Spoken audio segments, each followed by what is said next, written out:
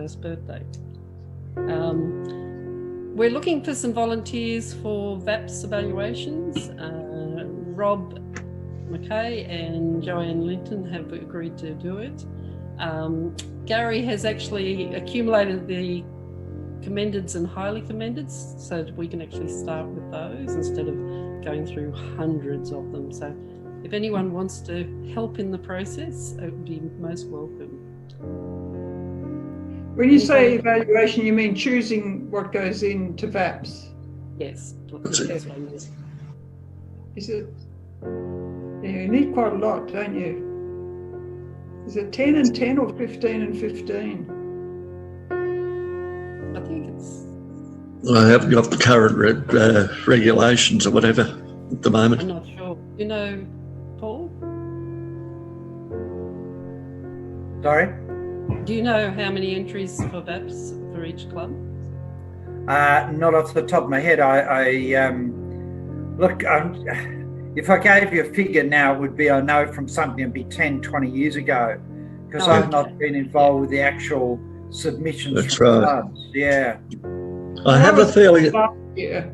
I was involved last year, but I just, off the top of my head, can't remember if it was 10 or 15 in each category. I have a feeling it's 15, Jenny. I think it's 15.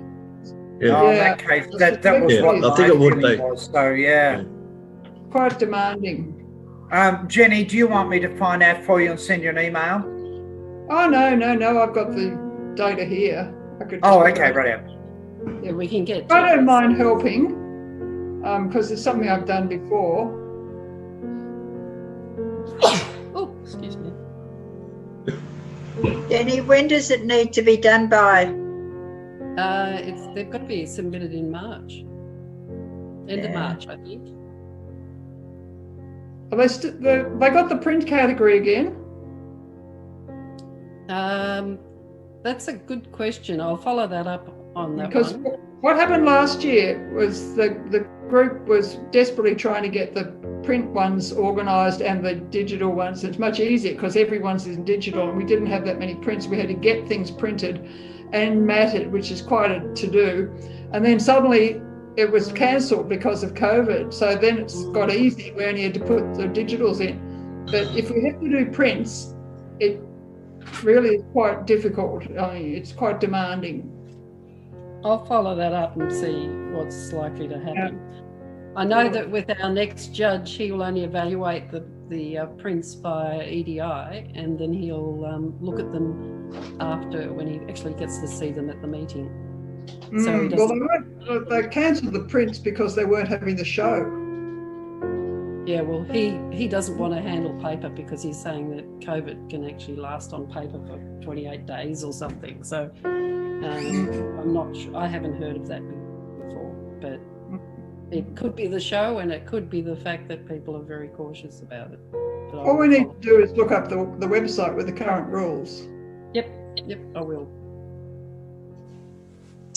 So thank you for that, Jenny. And anyone else want to volunteer for the evaluation of VAPS entries for the club? I'm going to be away a bit of Feb and March, so not going to be of much help, I'm afraid.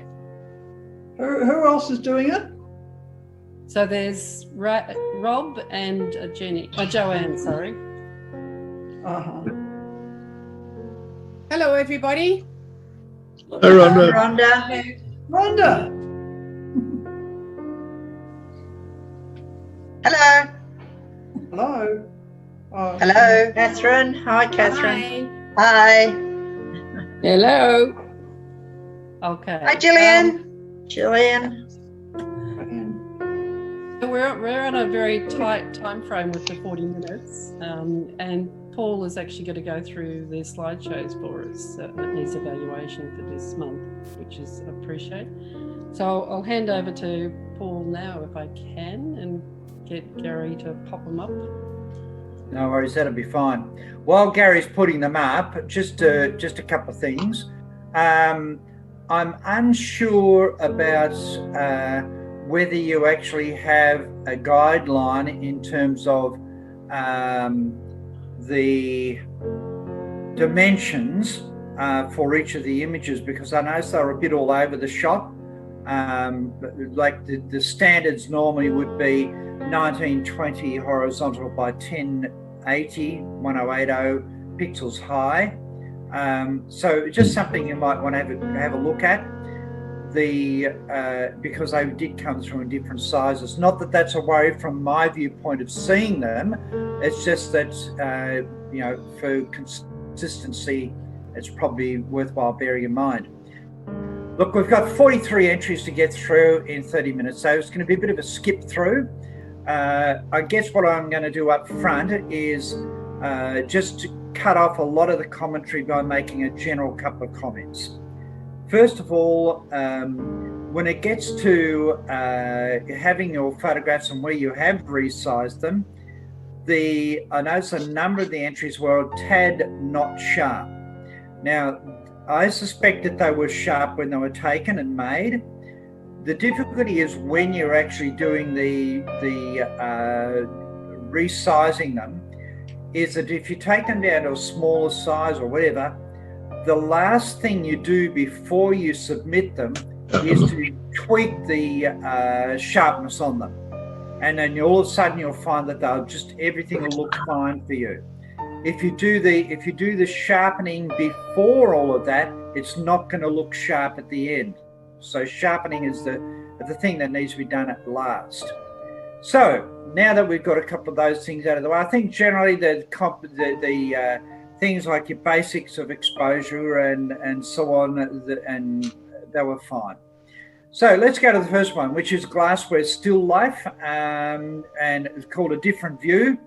And this is a bit unusual in the way that you've interpreted a still life. And really, for whoever the maker is, consider putting this into a national.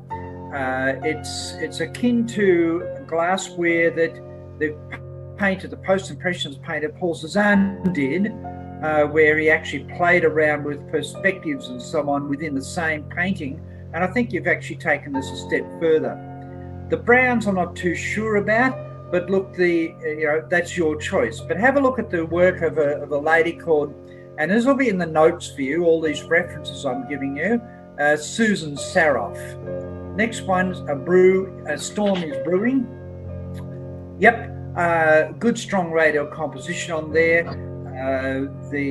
Diagonal composition. One of the things I would think I would do on this one is try out contrast, give it a bit more contrast, just to give it a bit more, drama in the sky. But it's a good piece of observation. Do you know that the Bureau of Meteorology runs a competition each year for their Weather Bureau calendar here in Australia? If I were you, I would be playing around this loop a bit more and submit it to them. And there's also the International Weather Photographer of the Year Award run out of the UK, which Australians can enter into. And this is the sort of thing they look for. Okay, so that one there, Romanticist Style. See another photographer called Mark Adamus. Next one is A Surprise in the Scrub. Yep, good strong radial composition. It's the arch style has a good piece of composition to it, because you have a look at those trees behind. There's a semi-arch there that has the capacity to hold anything under it. It's a formal composition in lots of ways, particularly when you see those two little shrubs down the base there on either side, making it quite symmetrical in some ways. Yep. That one, do I give the results here as well? Yes, please. Okay, that's a commended. The next one is Anchor. This is an interesting composition. You've got verticals and horizontal lines working there together, but you also have that overlaid with the anchor is diagonal lines that intersect. So you've got an X shape. Which gives a sense of tension in the photograph, but also is a leader line in part. So it's pretty reasonable. That the challenge here is the depth of field, because the anchor is not quite as sharp as what it could be. Next, Armageddon. I like the idea, and this is achieved the interpretation through the emotional color of red. which the derelict aeroplanes and the barren landscape all go towards that, and the implication there of a sort of a big bomb or something that go off the background. I like the idea. It's a clever piece of imagination, and that one's commended. Next, Catching the Light. Lovely piece of traditional still life work. I would the subtlety of the bottle against the black background, I think, just works beautifully. I would hope you've also got a vertical version of this shot where it gives you the full length of the bottle. There's a very famous Ukrainian photographer, and I didn't put a country down on here, called Tatiana Skorokhod. Have a look at her work. Next, Christmas morning surf. There's a sense of fun and freedom with this. I like the bokeh background. Silhouette gives you the whole, gives you a sense of what do you call it, shape, and that's all worked very well there for you. There's a sense of fun and so on. I would crop off about 10 to 15% off the top because it's so white there. Human eyes require brightness, contrast to focus, and our eyes tend to go up to there. So I'd crop that bit off, but just the same, I commend it. Next, dried flowers. Again, a lovely piece of photography. Still life is one of the things that we should be doing more in photography clubs, particularly while COVID's on and we can work from home. Whoever the maker is, have a look at still life painting and photography dealing with vanitas or memento mori style, and it will give you some ideas. Again, a vertical format I think would have been more suitable, but really an excellent piece of work and commended. Next. Emerged from the ocean.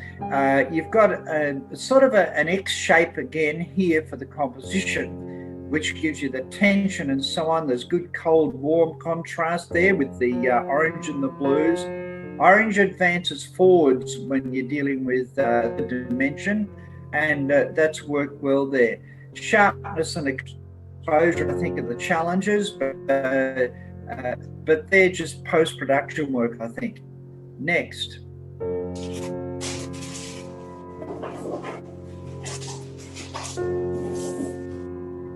The next image, that's it flying. You've captured the moment, you've got great expressions, and you've got good exposure on there. The problem is that the ones up front, both the children are out of focus, and I think this was a focusing problem. I think your autofocus is focused more towards the background rather than the children. But look, it's one of those things you just got to keep at. I hope you got more than one shot. This sort of situation, you could take 100 shots and you'd end up with something where it's going to absolutely be spot on. Clothing's fine, but try and avoid things with words and so on it, because we want to read it and we really don't want to do that. We want to see their faces and so on. Have a look at the work of a Russian photographer called Elena Shumilova. She's great with kids. Next. Grazing is the title of this one. Nice profile portrait with sort of subtle action that's going on there. The animal feeding with the elephant feeding. It's got good visual texture on there. It's a pleasant photograph. You caught it pretty well. Have a look at the Spanish nature photographer called Marina Cano, who does a lot of work in Africa with photographing elephants. She's got some amazing stuff. Just to give you some, if you go back to Africa, it just gives you some inspiration. Next.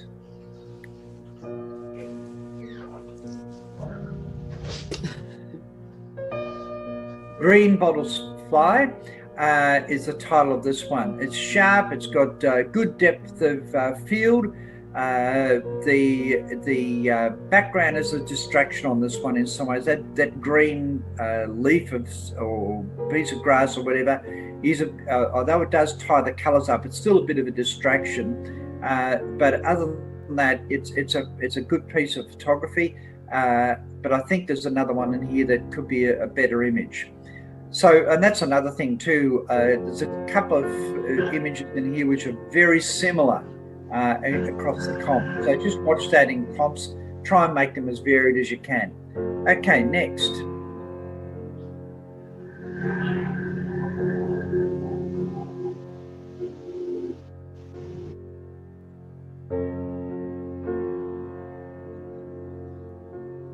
What's happened? Everyone's locked up.